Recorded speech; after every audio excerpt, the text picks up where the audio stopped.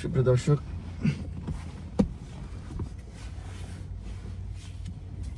আসসালামু আলাইকুম। সুপ্রিয় দর্শক, আছি হচ্ছে মেরিল্যান্ডে হচ্ছে ওয়াশিংটন ডিসির খুব কাছে। আপনার নিউ ইয়র্ক থেকে প্রায় 480 কিলোমিটার দূরে। গত পরশুদিন আসছি, তো গাড়ি নিয়ে আসছি। আমি যদিও এখানে ঘুরতে আসি, আমেরিকাতে থাকার জন্য না, সেক্ষেত্রে গাড়ি তো কেউ পাওয়া যায় না, তো গাড়ি রেন্ট করে অনলাইনে গাড়ি ভাড়া করে তারপর নিয়ে আসছি। যদিও একটু কাজটা একটু দুঃসাহসিক ছিল, একা ড্রাইভ করা একটু ডিফিকাল্ট, অনেক প্রায় 500 কিলোমিটার। তো তারপরে চিন্তা করলাম যেটা লাইফের একটা অভিজ্ঞতা দরকার আছে। তো অভিজ্ঞতা থেকেই এই অভিজ্ঞতা নেওয়ার জন্যই অ্যাকচুয়ালি লং ড্রাইভে গত পরশুদিন আসছি। আসার সময় ভিডিও করতে পারি নাই। আমি ইউএসএতে গাড়ি চালাইছি অল্প টুকটাক, কিন্তু এই লং ড্রাইভে একটু ভয় লাগছিল। কিন্তু গাড়ি চালানো খুব ইজি এখানে, কারণ হচ্ছে আপনার প্রত্যেকটা হাইওয়েতে লেন ভাগ করা আছে। আপনার এক লেন থেকে আরেক লেনে যাইতে গেলে আপনার কিছু নিয়মকানুন মানতে হয়। প্লাস হচ্ছে এক লেন থেকে আরেক লেনের মাঝখানে যে ডিভাইডার আছে, ডিভাইডারে এমন কিছু দেওয়া আছে যে আপনি যখনই লাইনচ্যুত হবেন তখন গাড়ি আপনার ঝাঁকবে। যখন ঝাঁকবে তখন বুঝতে পারবেন আপনার লাইনে নেই, আপনি বেলাইনে চলে গেছেন। তখন আপনি নিজের ইয়াতে চলে আসতে হবে, নিজের লেনে চলে আসতে হবে। আর হচ্ছে যে খুবই ইজি। তারপর আমি খুব সাবধানে চালাচ্ছি। তো এখন যাব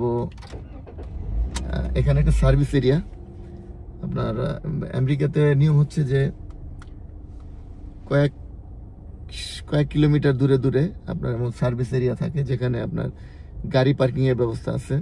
প্লাস হচ্ছে একটা রেস্টরুম আছে, যেখানে গেলে আপনার ভিতরে ওয়াশরুম আছে। প্লাস হচ্ছে বিভিন্ন ধরনের ম্যাকডোনাল্ডস, কেএফসি টাইপের এই ধরনের ইয়ে আছে। কেএফসি যদিও নেই,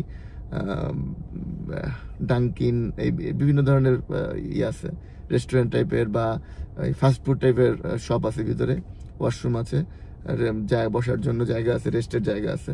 তো আপনি যখন হাইওয়েতে গাড়ি চালিয়ে ক্লান্ত হবেন তখন এইসব সার্ভিস এরিয়া এসে আপনি কিছুক্ষণ অপেক্ষা করলে আপনি আবার ফ্রেশ হয়ে যাবেন, আপনার ক্লান্তিটা দূর হয়ে যাবে, তখন আবার গাড়ি চালাতে পারবেন। তো চলুন কিছুক্ষণ আপনাদের সাথে থাকি, গাড়ি চালাই। কিছুক্ষণ গিয়ে আমরা এখন যাব হাতের বামে। এদিকে হচ্ছে মেরিল্যান্ড, এদিকে হচ্ছে নিউ ইয়র্ক যেতে আরো 3 ঘন্টা আমার ম্যাপে শো করছে। 3 ঘন্টা 4 মিনিট সময় লাগবে।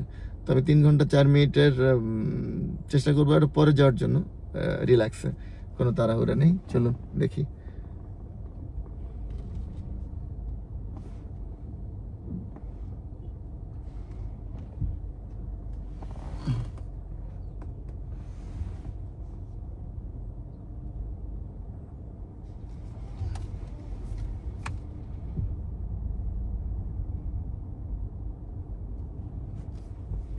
আর আরেকটা বিষয় হচ্ছে যে আমাদের বাংলাদেশে তো রাইট সাইডে থাকে কি বলে আপনার স্টিয়ারিং রাইট সাইডে, আর এখানে হচ্ছে লেফট সাইডে।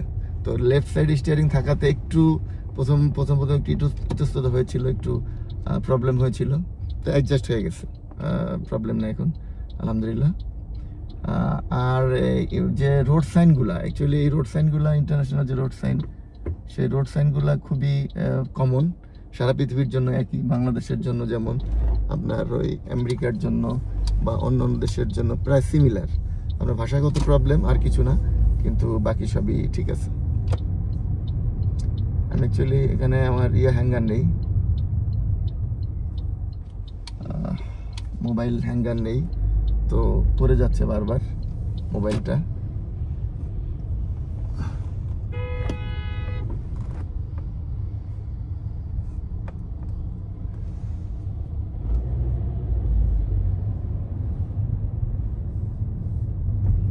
পড়ে যাচ্ছে বারবার।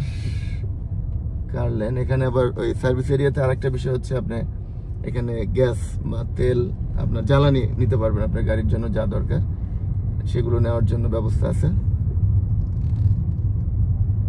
আমরা আমরা এখন সার্ভিস এরিয়াতে বের হয়ে হাইওয়েতে যাব।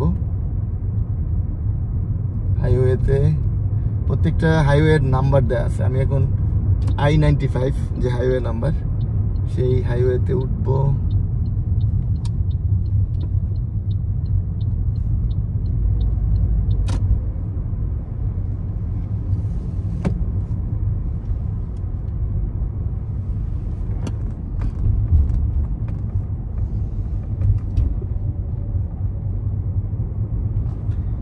মোবাইল পড়ে যাচ্ছে,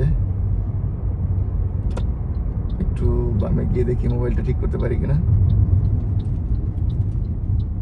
এখানে মাই গড, মোবাইলটা পড়েই গেল।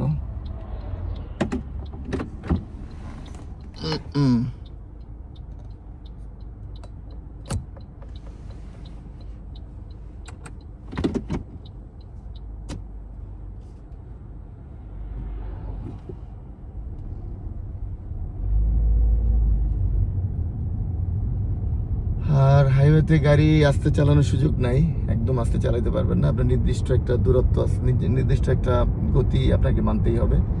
এই গতির কমে বা উপরে উঠতে পারবেন না। উপরে উঠতে পারবেন কিন্তু আপনার লাইফ রিস্ক। তো আমি নর্মালি উপরে উঠি না। তো অ্যাকচুয়ালি এভাবে ভিডিও করে গাড়ি চালানো একটু ডিফিকাল্ট। তো আমি চাচ্ছি না, আমি ভিডিওটা অফ করতে চাচ্ছি। আপনাদের একটু দেখাই। মাই গড, দেখুন আপনারা, ওই সাইডে গাড়ি আছে, এদিকেও গাড়ি আছে।